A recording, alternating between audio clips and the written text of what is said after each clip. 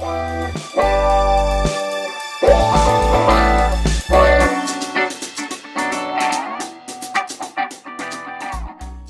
dengan Dahri Iswanto di channel yang satu ini. Ini adalah podcast edisi pertama di channel Dahri Iswanto. Kalau kemarin-kemarin saya selalu menampilkan tentang musikalisasi puisi dan juga tips seputar MC dan public speaking. Nah, kebetulan sore ini saya punya guest star, punya bintang tamu, di mana bintang tamu kita kali ini adalah seorang public speaker.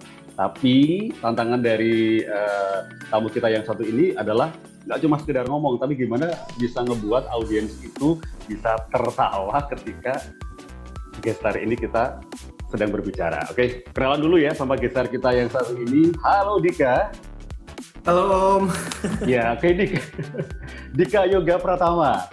Kemarin aku cari kontak Dika itu cukup butuh perjuangan karena aku harus menghubungi anak-anak komunitas stand up komedi Kebumen yang aku kenal. Pas aku tuh punya teman SMA, namanya si Agus Sarifudin. Dulu teman satu SMA dan aku tahu waktu itu Agus Sarifudin pernah cerita kalau gabung di komunitas stand up komedi Kebumen. Nah, aku langsung berburu nih, siapa nih ketuanya, dan ternyata langsung dikasih kontaknya Dika ya. Oke, Dika Yoga Pratama. Asli Kebumen ya? Asli Kebumen, Om. Asli Kebumen. Oke, Dika sekarang domisili di mana sekarang? Kalau sekarang lagi di Cirebon. Di Cirebon, sibuk kuliah ya. Atau proyek? Kerja dong. Kerja ya? Kerja. Alhamdulillah ya, oke. Tapi meskipun Dika sibuk dengan pekerjaan, aktivitas sebagai komika di sana tetap berjalan? Aktivitas sebagai komika masih dikit-dikit. Untuk public speaking ya mungkin MC juga masih. Wow, keren. Yes. Oke, Dik. Ingin tanya juga nih, Dika, cerita singkat nih tentang proses penemuan passion Dika di stand up komedi atau jadi komika. Karena biasanya nih anak-anak cowok itu kan jarang nih yang punya passion ke arah situ ya. Kalau anak cowok biasanya kalau nggak olahraga, mungkin naik gunung atau mungkin musik gitu. Tapi kenapa Dika bisa milih komika atau stand up sebagai passion Dika? Sebenarnya sih apa ya? Sama sih kayak anak-anak cowok lainnya. Jika main musik iya, olahraga ternyata ya. Cuman untuk kenapa kok stand up itu karena apa ya? Kebiasaan yang jadi hobi gitu sih. Kebiasaan jadi hobi. Jadi si Dika ini hobinya ngelucu gitu, bikin orang ketawa.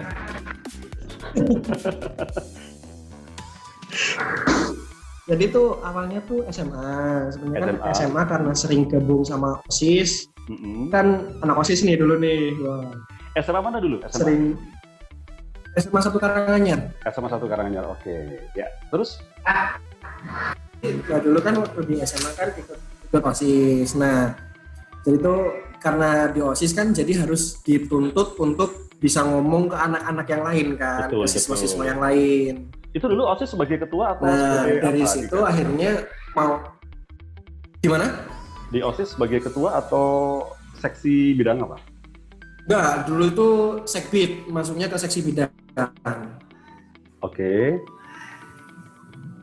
Masuknya ke seksi bidang yang periode pertama itu sekbid sekbid tentang kesenian, sekbid 8 tuh dulu. Nah, karena sering ngurusin masalah event-event, hiburan-hiburan, jadi ya udahlah sekalian kalau ada apa-apa Dika itu kan sama partnernya suruh ngomongin ke orang. Jadi ya mau nggak mau emang harus belajar banget yang namanya public speaking. Oke, ya namanya orang bisa ngomong itu memang biasanya diandelin di mana-mana Dik. Nah itu. Jadi ujung tombak ya, jadi tumbal. Terus pas apa ya? Pas kelas 3 tuh, kan kelas 3 kan mulai banyak-banyaknya les, mulai banyak-banyaknya waktu buat persiapan ujian gitu kan. Lama-lama tuh bosan, lama-lama itu kok hidup kok gini-gini aja sih gitu. Hidup sama sehari-hari itu isinya kok cuma berangkat, sekolah, pulang, les, sampai malam, belajar, tidur, udah, pagi kayak gitu lagi. Kok hidup gini-gini aja sih? Nah kan akhirnya sama teman dikenalin tuh dia juga kebetulan ikut kan. Coba Dik, besok saya mau stand up di cafe ini, kamu ikut aja. Oh ya udah, pertama itu cuma mau nonton doang sebenarnya tuh. Jadi awalnya cuma sebagai audiens, tapi kemudian sekarang jadi performer gitu. Awalnya sebagai audiens, terus pas lagi nonton pertama kali itu sama si MC-nya suruh naik ke atas panggung, suruh ceritanya kayak adu gombal gitulah. Ya oke. Terus setelah selesai adu gombal kan mau nggak mau harus ada gimmick dan segala macam kan, Pas turun panggung sama anak-anak komunitasnya tuh terutama sama ketuanya tuh dipanggil, Mas Dika kesini. Gitu. Gimana Mas? Mas Dika biasa ngobrol di tempat umum ya, gitu kan. Kok tahu Mas? Iyalah kelihatan bedanya gitu. Oh, gitu. Iya, gitu kan. Akhirnya yaudah Mas ditawarin, Masnya mau nggak kalau gabung sama kita? Waktu itu kan nontonnya di stand up comedy Wonosobo. Jadi sebelumnya memang Dika ini sudah sering banget nonton perform dari stand up comedy gitu ya? Ya, sebelumnya kan cuma hanya nonton kemudian Dika sendiri jadi pelakunya sendiri gitu ya? Oke. Namanya kan cuma gimana? Iya. Terus sekarang komunitas stand up comedy Kebumen gimana kabarnya? Apakah masih banyak aktivitas? Dalam artian tetap ada semacam mungkin komunitas di situ, ada pembinaan, ada mungkin perencanaan event gitu. Kan sekarang Dika di Cirebon nih, ya kan? Nggak di Kebumen. Kan tetap ketuanya masih Dika kan? Alhamdulillah sampai sekarang sih masih jadi ketua. Ya artinya untuk komunitas yang ada di Kebumen, gimana kabarnya sekarang? Kalau untuk anak-anak yang di Kebumen sebenarnya masih banyak. Total itu sekitar hampir ada 32 orang anggotanya. Cuman kan tersebar. Mereka rata-rata ada yang kuliah di Jogja, ada yang kuliah di Semarang, atau mungkin ada yang udah kerja di Jakarta. Dan itu masing-masing dari mereka juga mengikuti stand up di kota mereka masing-masing juga. Ya. Jadi di kota mereka saat ini berdomisili ya, meskipun dari Kebumen, kemudian di Jogja, akhirnya ikut gabung ya di sana juga. Kayak misalnya kuliah di Jogja, meskipun aslinya Kebumen, di Jogja ikut nimbrung sama yang di Jogja juga. Ya, gitu. Apalagi kan kalau di Jogja kan bukan hanya stand up Jogja, tapi per kampus, per universitas juga rata-rata mereka punya komunitas stand up-nya. Jadi stand up ini untuk anak-anak muda atau milenial ini ternyata cukup bergeliat ya? Iya. Ya. Oke Dik, pengalaman tampil udah berapa kali ini di Kebumen atau di luar Kebumen? First time tadi kan pas saat acara apa tadi? First time tampil gitu? Time cafe itu di cafe di Wonosobo. Di Wonosobo itu pertama tampil ya. Kemudian untuk Kebumen sendiri di event sekelas apa nih yang pernah Dika tampil di situ? Tadi sempat lihat di YouTube di event kabupaten deh ada. Kalau itu eventnya event nasional. Oh event nasional malah?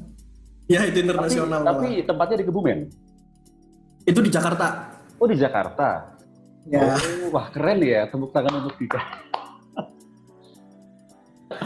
Mewakili Kebumen, ikut tampil di event nasional, dan di situ Dika perform untuk menampilkan stand up comedy gitu ya. Wah luar biasa. Iya betul.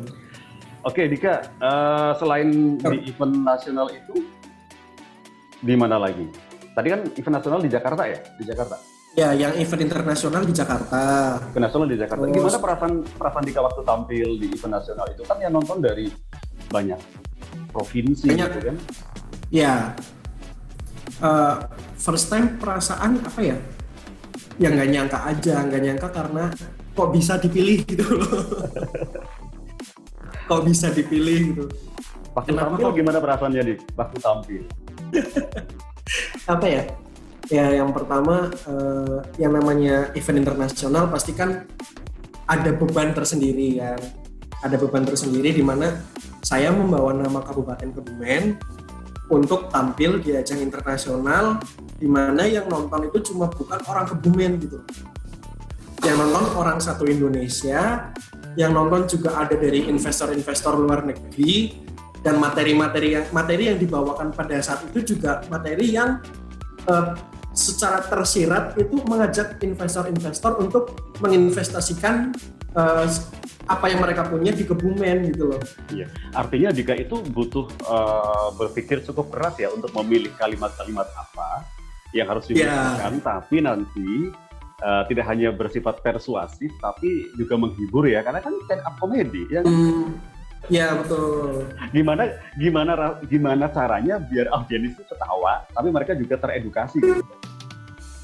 Sebenarnya gini, kalau apa ya, sebenarnya itu ketawa itu bisa dibilang salah satu sugesti juga. Kalau misalnya kita melihat orang ketawa, otomatis orang yang ngelihat pun ikut ketawa, asalkan dia rasa empatinya tinggi gitu kan. Berarti tertawa itu menular itu ya? Benar. Tuh. Sebisa mungkin kalau misalkan ada yang tertawa, kita bikin dia tambah ketawa. Biar apa? Biar ketawanya dia itu nular ke yang lain. Atau Dika belum ngomong aja, hanya ketawa itu orang udah ketawa gitu ya? Pernah. Pernah. Itu orang baperan banget berarti. Iya. Oke, Dika, sebenarnya untuk menjadi seorang komika, ini selain modal pinter ngomong itu jelas ya. Itu modal apa lagi yang dibutuhkan? Yang satu modal ngomong oke. Terus apa ya? Jangan gampang sakit hati lah intinya lah. Jangan gampang ketika tapi nggak ada yang ketawa gitu ya. Iya, karena apa? Karena rata-rata komika itu mengambil materi atau mereka bikin materi itu dari apa yang mereka rasakan. Oh, jadi bukan searching di internet gitu? Bukan. Nanti kalau searching di internet udah ketahuan ya, udah pernah tahu nih humor ini. Iya, itu juga ibaratnya salah satu disclaimer, nggak boleh ntar kena copyright. Iya, oke. Jadi kebanyakan apa yang disampaikan Dika saat tampil sebagai komika itu memang asli ya dari perasaan Dika sendiri ya. Nah itu yang kadang butuh kemampuan untuk mengekspresikan, ya nggak semua orang itu mampu. Gitu. Jadi apa ya? Dika tulis dulu atau gimana? Tulis dulu. Tulis dulu. Iya, tulis dulu. Semuanya tulis manual. Tulis manual ya? Karena apa? Misalkan sebenarnya bukan menulis sih, sebenarnya itu kayak mind mappingnya aja sih mas. Oh gitu, jadi ambil poin-poinnya apa? Ya. Tapi yang bakal dipresentasikan gitu ya?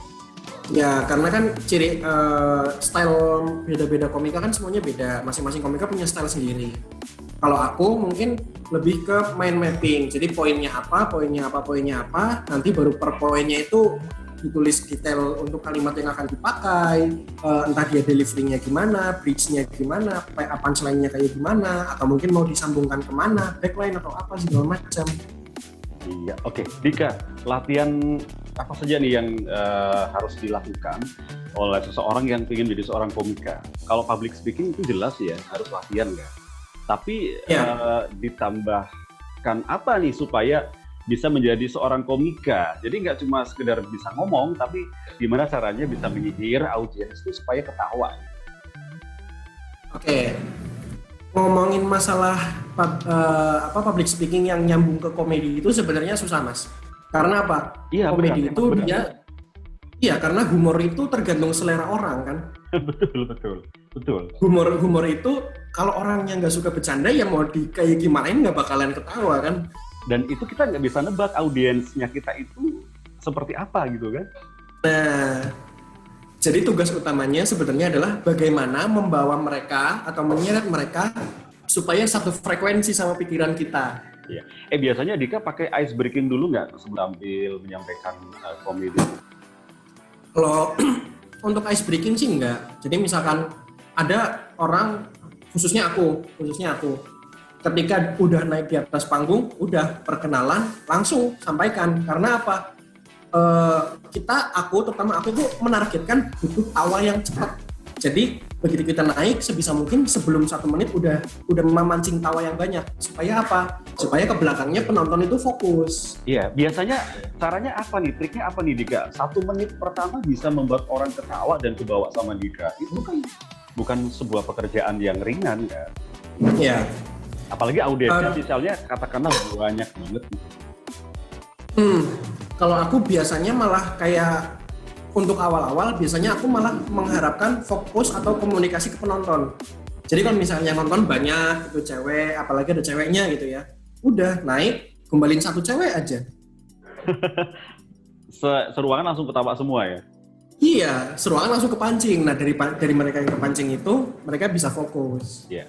Dika sebagai seorang komika yang sering tampil, apalagi katanya nih cewek itu lebih suka sama cowok yang lucu daripada cowok yang Waduh. Fans kamu berapa banyak tuh, Dik? Ini loh, katanya nih cewek itu lebih seneng cowok yang lucu daripada cowok yang punya pengalaman nggak ada fans kamu yang kemudian mungkin ngubungin kamu secara intens, ngajak kenalan, banyak. atau mungkin beliin Dika sesuatu gitu? Hah? Banyak. Itu resiko jadi cowok yang lucu ya? Iya. Jadi antara resiko tak anugerah itu. Jadi kelucuan itu bisa menambal kekurangan tampanan gitu ya. Nah. Benar. Iya, oke. Pengalaman Dika gimana nih? Ada fans? Gimana? Gimana? Ya, pengalaman Dika nih, mungkin pernah ada fans yang sama Dika itu ini banget gitu loh, fans berat gitu. Kalau fans berat sih enggak ya, kayaknya lah orang biasa kayak nggak ngefans berat banget, siapa saya gitu kan. Cuman kalau untuk masalah ngefans, terus kenalan, ngajak foto, minta nomor dan segala macam ya ada. Ada follow up nggak dari mereka? Sampai jadi pacar juga pernah ada. Sampai sekarang masih jalan? Udah enggak. Gak tahan kali ya jadi pacarnya Dika dibikin ketawa dulu ya? Ya karena banyak yang fans juga. Kali-kali aku bikin nangis dong dikit loh. Waduh. Oke Dika, ini waktu kita terbatas ya. Cerita tentang latihan-latihan. Kita pingin juga lihat nih perform Dika dikit aja. Waduh. Perform apa nih? Mungkin apa ya? Bukan dibilang perform sih, mungkin cuma bisa dibilang kayak... Coba praktekkan waktu Dika tampil itu seperti apa? Waduh. Contohnya nih, openingnya aja. Oke. Mungkin naik panggung Assalamualaikum warahmatullahi wabarakatuh. Selamat malam semuanya.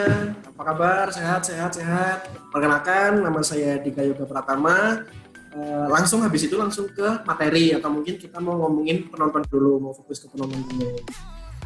Kayak misalkan penontonnya cewek, mungkin misalkan mbaknya, kok kayak pernah lihat ya? Mbaknya rumahnya di mana? Iya, langsung aja kan. Mbaknya rumahnya di mana? Oh, pantesan. Kan kita satu rumah. Nah, bisa. Atau mungkin langsung menuju ke materi atau yang lain, itu tergantung bagaimana suasananya sih sebenarnya. Oke.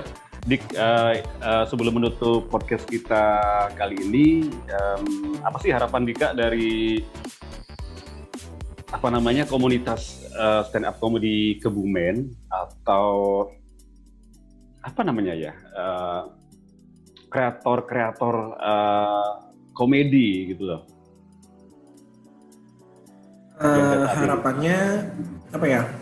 Mungkin untuk harapan kedepannya memanfaatkan peluang saja, karena mungkin sekarang kita lagi musim pandemi kayak gini ya,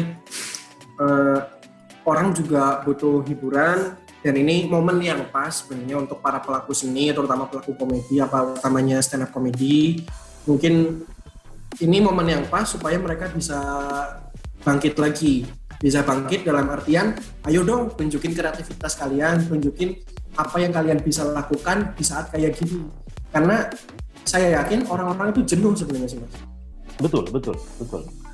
Orang jenuh, dan ini saya pun juga bikin podcast karena saking jenuhnya bingung ngapain. Karena saya tuh biasanya setiap sebulan sekali tuh ngadain seminar training. Cuma karena adanya pandemi ini kan otomatis nggak boleh kan? Nggak bisa kemana-mana. Nggak boleh ngadain event yang ngumpulin banyak orang. Gitu. Akhirnya Ya.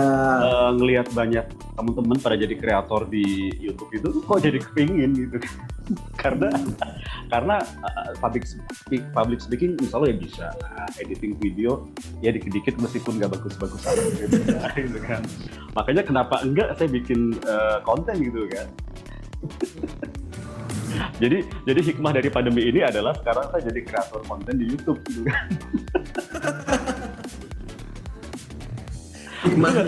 Lu nggak kepikir yang namanya mau bikin konten YouTube, sama sekali nggak kepikir. Cuma sekarang karena nggak pernah ada event yang biasanya saya sebulan 2 kali, ya udahlah coba-coba kayak teman-teman yang lain, siapa tahu nanti ada hoki dari YouTube kan. Oke, Dika, makasih banget udah mau sharing di serial podcast edisi pertama saya. Nanti kalau channel YouTube-nya booming gara-gara Dika ya, nanti Dika masuk dalam Amin. channel YouTube saya ini loh.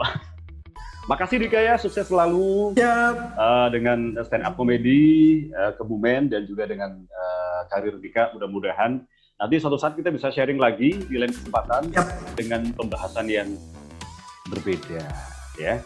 Dan jangan lupa buat yang belum subscribe channel dari Iswanto, ditekan tombolnya subscribe, bunyikan loncengnya supaya nanti kalau ada video baru dapat notifikasi. Dika sudah subscribe kan? Udah. kita sudah saling subscribe ya, saling subscribe. Oke Dika, terima kasih sekali lagi. Sampai jumpa di podcast selanjutnya. Kita tutup podcast kita kali ini dengan bacaan hamdalah bersama. Wih, kayak yasinan aja nih. Yang jelas sukses untuk Dika ya. Ya, terima kasih. Oke, terima kasih Dika. Sampai jumpa.